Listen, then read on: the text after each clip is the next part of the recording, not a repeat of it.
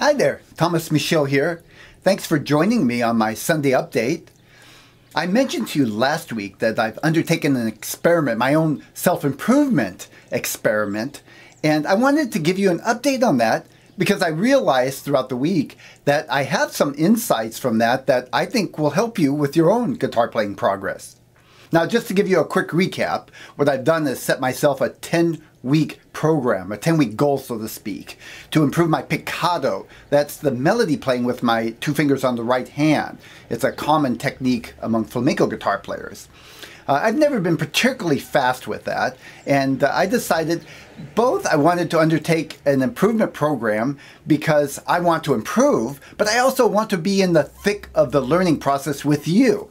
I think that's a much more exciting position to be in than to be remembering back on stuff I've learned and sharing it with you.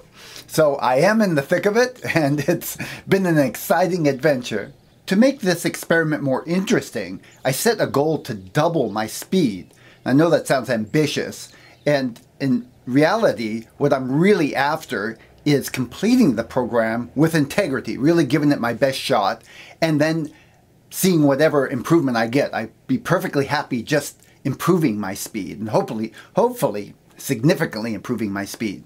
I set the goal of 10 weeks, and I have a series of exercises that I practice or intend to practice every day. One of the things I've come to realize is how much I feel alive when I'm dealing with something or even struggling with something that stretches me beyond my current abilities. Now, I have a part of me, just like everyone, that likes to coast or take it easy. But I also realize that over time, if I do that, it leads to a place of being kind of bored with my life, or even a kind of listlessness. Now, I know as a beginner, it's hard to see the blessing in being a beginner or in struggling with something that you can't quite do yet. That said, I have been experiencing some frustration and even some self-doubt.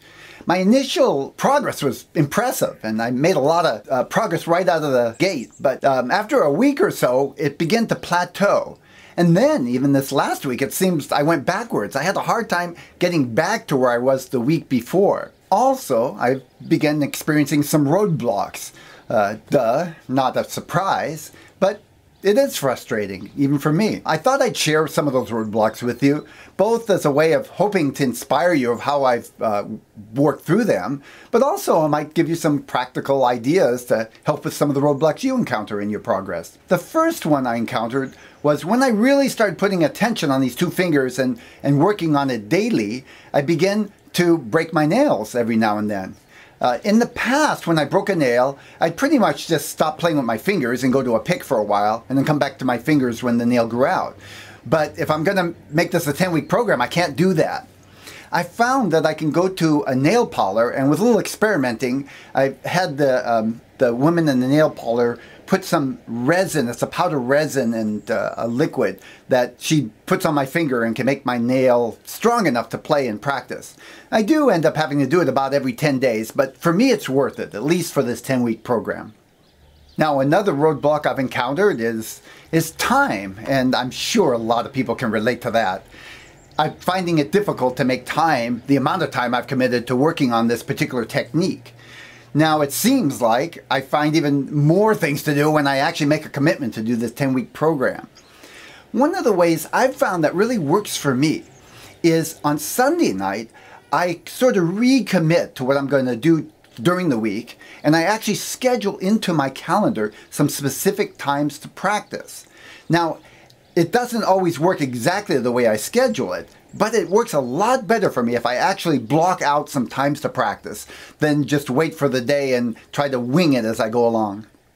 I've learned to assume the attitude that if I fall off the horse, either with practicing or something else, not to spend a lot of time beating myself up over it, but just get back on the horse, take it from where I'm at, and move forward.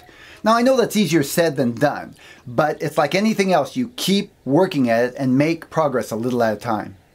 I want you to know that I'm not going to give up on this. In a way, you are my accountability partner. By putting this out on video, you guys are watching my progress. So I want to make progress for me, and now I want to make progress for you, and certainly be able to tell you what I've done and how it worked out. So I look forward to keeping you posted, and I'll let you know more. I'd love to hear your comments concerning this.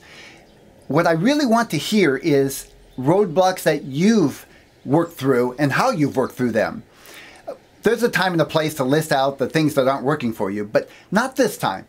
If you can't think of anything, just go ahead and keep reading the comments, and hopefully there'll be something there that inspires you.